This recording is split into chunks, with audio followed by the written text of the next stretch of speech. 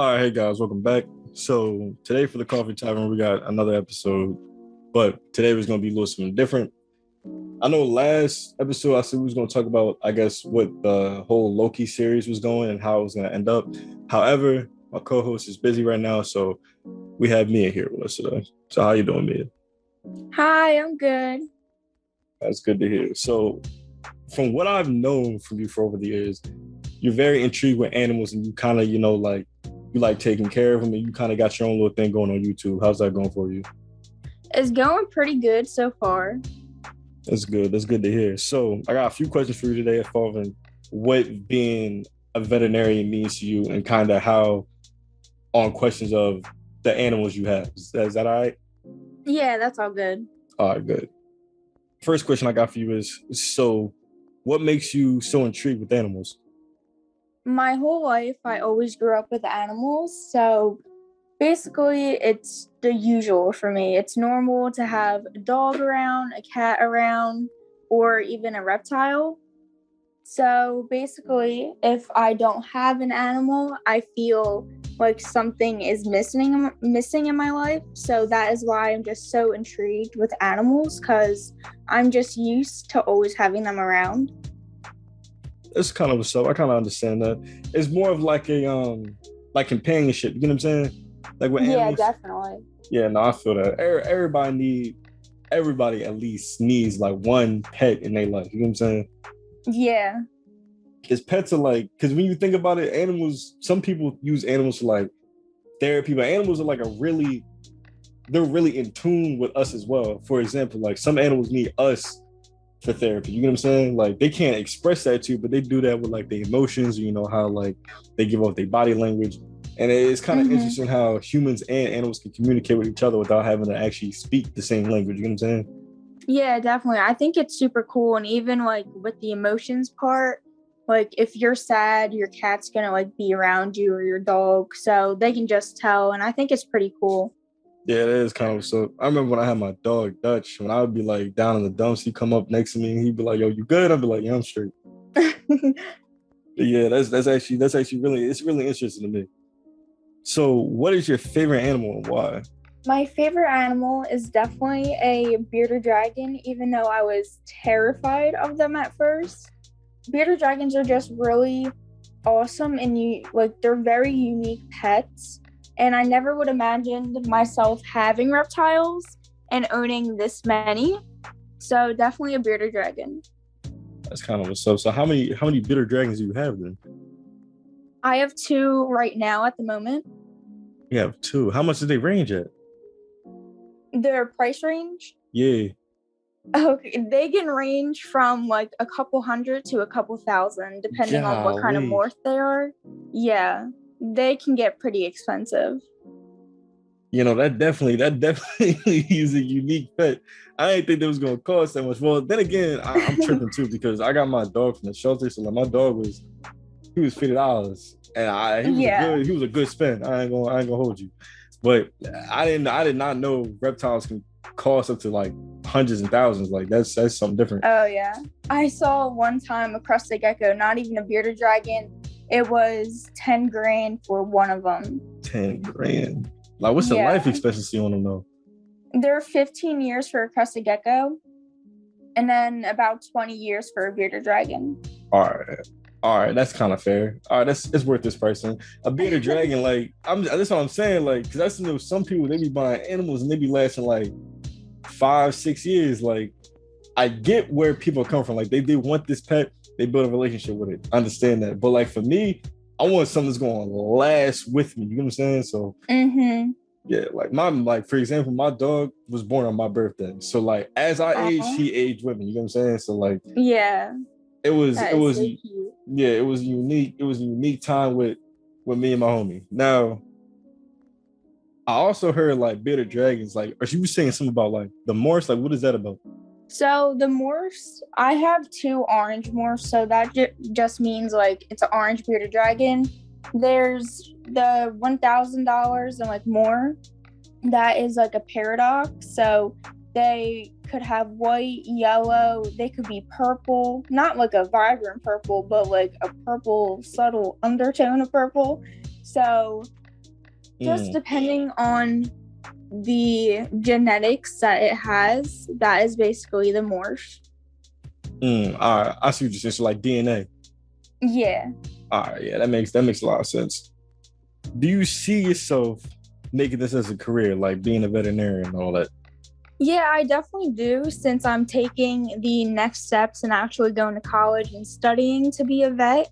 So I just think that, yeah, I can definitely do it. And I think I really will enjoy it because it's something that I grew up wanting to do. And now I'm actually taking the steps to do it. And your words, like, what do you think a veterinarian is? Like, what is it? Like, what is a veterinarian to you? Basically, just helping animals in need, like animals that have been abused in the shelter, maybe animals that come from a low income family and they need medical assistance. We can always help them with that. Yeah, that's definitely so. Veterinarians are really like they. I ain't gonna hold you. They just as important as doctors are because they really taking care of someone's like family member. Like some people may think that pets like they just there for companionship, but some people actually like treat their pets like they part of the family. You know what I'm saying? Like Yeah. yeah, like I definitely understand that, and it's amazing too because I feel as though like veterinarians like they don't really get a lot of coverage. As like well, I wouldn't say they don't get a lot of coverage. I mean, they don't get as a big of a spotlight as some other careers. You know what I'm saying?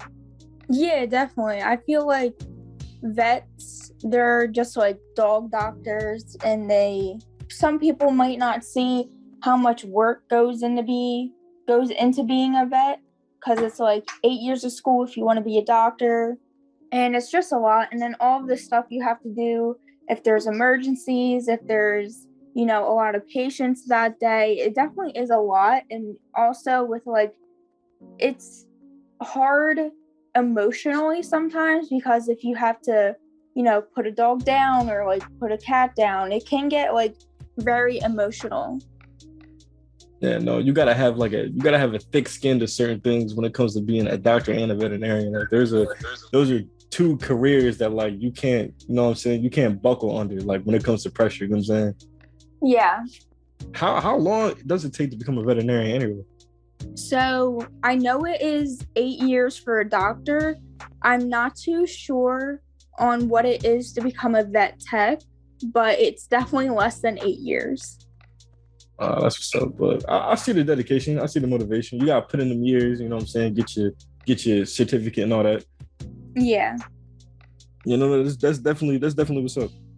So what are some quick tips on the bearded dragon that most people don't know about? So honestly, there's not a lot of quick tips that a lot of people don't know about because on YouTube, there is just so many videos on quick tips, hacks to help you take care of your bearded dragon. But one of them that I swear by is water and vinegar to just clean the tank so it's safe for your pets, and it also gets rid of the smell if they go to the bathroom, and then it's just an awesome cleaner. I used to have hermit crabs, but like they were in like I got them from the boardwalk, so they weren't really like store bought hermit crabs. So like I had a tank for them, but the tank that I got with it was like a cage, so it wasn't like a tank, and I wasn't aware that like because when I bought them, I wasn't aware that I had to put them in like this moisture thing. But because they were in a cage, it stunk so bad. Like I didn't know what to do. I just cleaned it out every now and then. But the stench in the Yeah. cage was still there, and I was like, oh no. Like I didn't know what to do. When I did finally Yeah. wind up getting a tank and put them in there, I definitely smelt it less. But I'm gonna definitely try using water and vinegar next time I grab some. I'm gonna hold you to that now. Yeah, because reptiles, they can get pretty stinky sometimes. Yeah, no, I know my cousin. He had some reptiles. I think he had an iguana. He put it inside the tank, but he would leave it out sometimes. So like I'd be walking by him and be like, yo, what's that smell? And he lift up his shirt and he just pop out. I'd be like, what was he doing in there the whole time? It'd be funny though. Yeah. Lizards and reptiles are fun to have. Yeah, they are. They're characters. So in total, I know you said like you like having a lot of animals. So like in total, like how many pets do you have? So personally, I have three. So I have two bearded dragons and one crested gecko. But for my whole household, we have six. We have two dogs and one cat. And then my pets. That's a lot of pets. Yeah, it is. That's a lot of I pets. want to get more, but my mom keeps, saying no. But one day I will get some more. That's a lot of pets to take care of. How many, like, all right, so from my perspective, like, so what are the other animals like? How do they like mesh together? Like, they be chilling or like they be at each other's throats like all the time? Mostly they're just chilling with each other, but sometimes the cat goes after the dogs. So most of the time they're fine, but sometimes it gets a little crazy. Man, that is understandable. I don't know what it is with cats and dogs and how they form that rivalry, but like it is kind of funny, I'm not gonna lie. Cause like a dog would be chilling there minding his business and a cat just walk by and just start messing with it for no reason. Like, Yeah, that's exactly what my cat does. I feel like in the dog's mind, he's like, yo, like, what did I do to provoke you? Like, and the cat's just looking at him like, you were existing. That was the problem. Like, I don't know why you was over there chilling. Yeah, in fact. Yeah, no, pets are really funny when it comes to like what they do around other animals. Cause I would take my dogs to the dog park, and my dog, I swear to you not, really didn't give like a shit about any other dog that was there.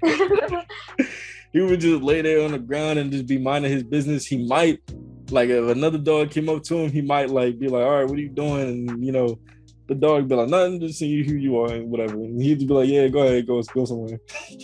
It's funny like how dogs really present themselves like around other people, like pets in general. Mm-hmm. Like your pet might be a certain way around you, but like another person that he don't know or she don't know come around, that pet can act differently.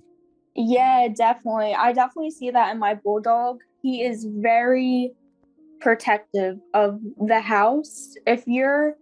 So we have a gate, right? And if you're outside of the gate, he will not stop barking. But once you're inside the gate and you're welcomed into like our property, our home, he's totally fine. Well, out of all your pets, who's the most needy, like out of the group? Definitely my bearded dragon Leo. He has his own routine that I personally have to follow, and he likes to sleep on me, cuddle with me, do all that stuff. So if he doesn't have his breakfast in the morning at the same time, as soon as he wakes up, he will not eat it. He will just get pissed off. So definitely my bearded dragon Leo. Oh, so he got the royalty bloodline. He is the most spoiled out of all my pets. My other bearded dragon Ivy and my crested gecko Apollo do not care about me at all. They do their own thing, but Leo is just the neediest bearded dragon ever. That's real interesting. I feel like some animals, like, they feel like they deserve, like, you know what I'm saying? Like, they present themselves in a way. Like, if they was out in the wild, like, some animals present themselves like, yo, like, this spot right here is mine. Like, I don't know who are y'all, but like this little area right here, this is where I live at. Y'all can go ahead and go somewhere else. And it's funny for domesticated animals too, because domesticated animals will do the same thing. Like, example, dogs have their own territory. They don't really like when certain people do certain things in their area. You know what I mean? Yeah. And I feel as though like for other animals, like they give off this persona, like yeah, like you better take care of me. You know what I'm saying?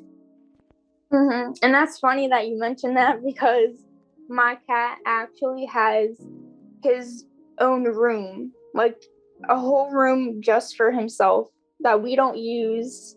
It's just his. Whole room? Yeah, a whole room. Like, we talking like a small bedroom for like a child or like a closet? No, it's a sunroom with a bunch of windows. It's pretty big. It has a TV, 2 chairs, 2 little couches, and then all his stuff's in there. What, like a cat tree and all that? Yeah. Oh, so he must be in there getting it in. And that's his favorite spot of the house. That's kind of funny. The cat got his own little room. That's probably why he be coming out there messing with all the dogs. The dog probably coming there and talking about something. Let me just get some sun. Oh, that's actually kind of funny. Is there anything that you want to like add or like present off, like your channel or whatnot, or any of that? Yeah, sure. So my YouTube channel is Miabiv Animals. It's MIAABIV Animals, and I am a full-time YouTuber. I'm also studying to be a veterinarian, and that's about it. That's pretty. So I'm gonna leave that in the link in the description, like at towards the end of the video. But now that we off the topic of animals and whatnot, I wanted to ask you a question about bearded dragons, but I forgot because I remember a while back when I was talking to you, it was some I asked. I said, "Is there any reptiles that kind of look like dragons?" And I forget what the name was.